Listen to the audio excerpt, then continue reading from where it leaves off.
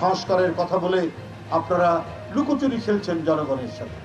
একবার বলেন ডিসেম্বর, একবার বলেন মার্চ, একবার বলেন। নির্বাচন নিয়ে লুকোচুরি খেলা হচ্ছে বলেন বিএনপির সিনিয়র যুগ্ম মহাসচিব অ্যাডভোকেট রুহুল কবির রিজভী। বর্তমানে অন্তর্বর্তী সরকার সংস্কারের কথা বলে নির্বাচন নিয়ে জনগণের সঙ্গে লুকোচুরি খেলা করছে। একবার বলছে জাতীয় সংসদ নির্বাচন ডিসেম্বরে, একবার বলে মার্চে, আবার বলছে জুনে হবে। কেন তারা এমন করছে তা আমাদের বোধগম্য নয়।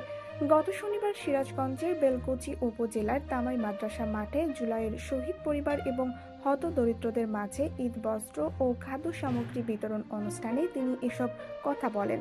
আবার জামায়াতের প্রতি ইঙ্গিত করে বিএনপির এ নেতা বলেন, একটি রাজনৈতিক দলের একাত্তরের ভূমিকা বিতর্কিত। তারা একাত্তরে অপরাধ করেছে, তাই একাত্তরের স্মৃতিকে ভুলিয়ে দিতে তারা দ্বিতীয় স্বাধীনতার কথা বলছে।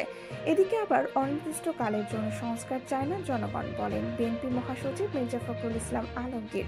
অতি অল্প সময়ে লেভেল প্লেইং ফিল্ড তৈরি করে নির্বাচনের ব্যবস্থা করাই বর্তমান সরকারের প্রধান চ্যালেঞ্জ হওয়া উচিত। তাছাড়াও জনগণ নির্বাচিত সরকার চায়, যেখানে প্রতিনিধিরা জনগণের কাছে দায়বদ্ধ থাকবে, কারণ সব সংগ্রাম হয়েছে একটি অবাধ ও সুষ্ঠু নির্বাচনের জন্য। তাই বারবার নির্বাচনের কথা বলছে বিএনপি। ভোটের অধিকার থেকে বঞ্চিত করতে দেশে বিদেশে ষড়যন্ত্র হচ্ছে বলে মন্তব্য করেন মির্জা ফখরুল। ষড়যন্ত্র চক্রান্ত শেষ হয়নি, এখনো সব ষড়যন্ত্র চক্রান্তকে ব্যর্থ করে দিয়ে জনগণের সরকার প্রতিষ্ঠা করবই করব। এবং হুঁশিয়ারি উচ্চারণ করে বিএনপি মহাসচিব বলেন, আমার ভোট আমি দেব, যাকে খুশি তাকেই দেব। এই অবস্থার মধ্য দিয়ে আমরা নির্বাচনটা চাই, তাহলে বিএনপি আবার মাঠে নামবে। দেশে বিদেশে ষড়যন্ত্রের কথা উল্লেখ করে বিএনপি মহাসচিব বলেন, খুব পরিষ্কার কথা, আমরা মানুষের সঙ্গে আছি, আমরা মানুষের সঙ্গে থাকব। সুতরাং আমাদেরকে কেউ বিপথে পরিচালিত করতে পারবে না। শেখ হাসিনা বিরোধী দলের নেতাকর্মীদের জেলে নিয়েছিল এবং 20,000-এর মতো নেতাকর্মীকে হত্যা করেছিল, প্রায় 1700 নেতাকর্মীকে গুম করেছিল, 60 লাখ মানুষের বিরুদ্ধে মিথ্যা গায়েবী মামলা দিয়েছিল। পৃথিবীর গণতান্ত্রিক ইতিহাসে এই ধরনের নজির খুব কম। সেই একটা অবস্থা আমরা পার হয়ে এসেছি। আল্লাহ তাআলার অলৌকিক শক্তির মাধ্যমে তিনি হঠাৎ করে একদিন হাসিনাকে যেন গুম করে দিলেন।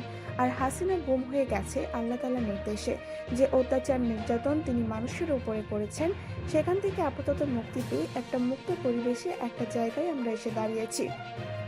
আবার আওয়ামী লীগ দক্ষিণ এশিয়ায় সবচেয়ে বড় সন্ত্রাসী সংগঠন জাতীয় নাগরিক পার্টির জ্যেষ্ঠ যুগ্ম আহ্বায়ক সামান্তা শারমিন বলেন, তিনি অভিযোগ করেন, গত 15 বছরে আওয়ামী লীগ দেশে যে হত্যাকাণ্ড চালিয়েছে তার বিচার না হওয়া পর্যন্ত গণ অভ্যুত্থানে অংশ নেওয়া বিপ্লবী ছাত্র জনতা কোনো নির্বাচনের বন্দোবস্ত মেনে নেবে না।